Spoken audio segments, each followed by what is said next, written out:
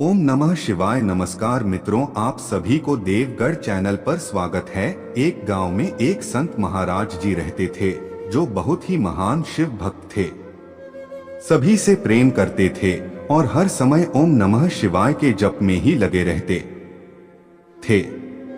संत महाराज जी अपने शिष्यों के साथ एक छोटी सी कुटिया में रहते थे और उनके पास अपना सिर्फ एक कीमती कंबल था।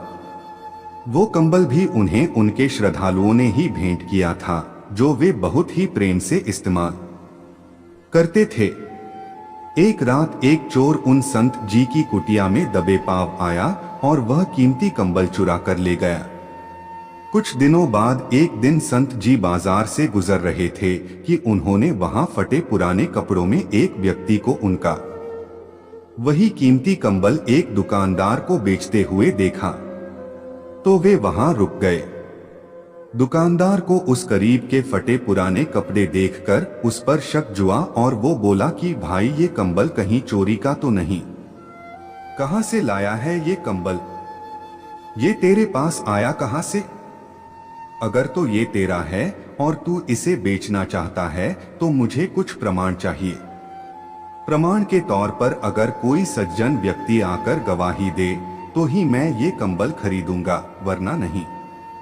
संत महाराज जी जो महान शिव भक्त थे वही खड़े थे, मन ही मन ओम नमः शिवाय का जप कर रहे थे और सब कुछ सुन भी रहे थे।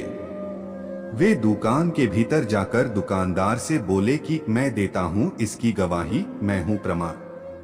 तुम ये कंबल खरीद लो और इसे इसके हक के पैसे दे दो। दुकानदार को ये आश्वासन देकर संत महाराज जी बाहर चले आए।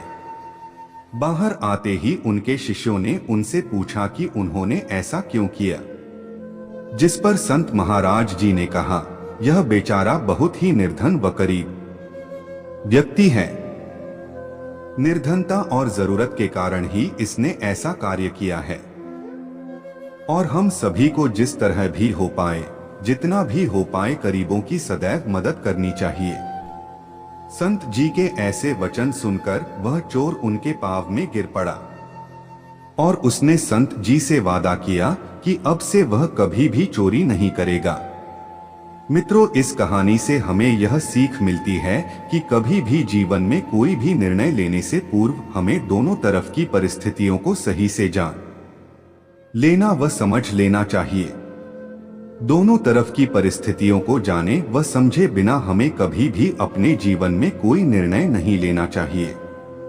उम्मीद है आप सभी को वीडियो अच्छी लगी होगी। अगर वीडियो अच्छी लगी तो लाइक, कमेंट और चैनल पर नया हो तो सब्सक्राइब कीजिए।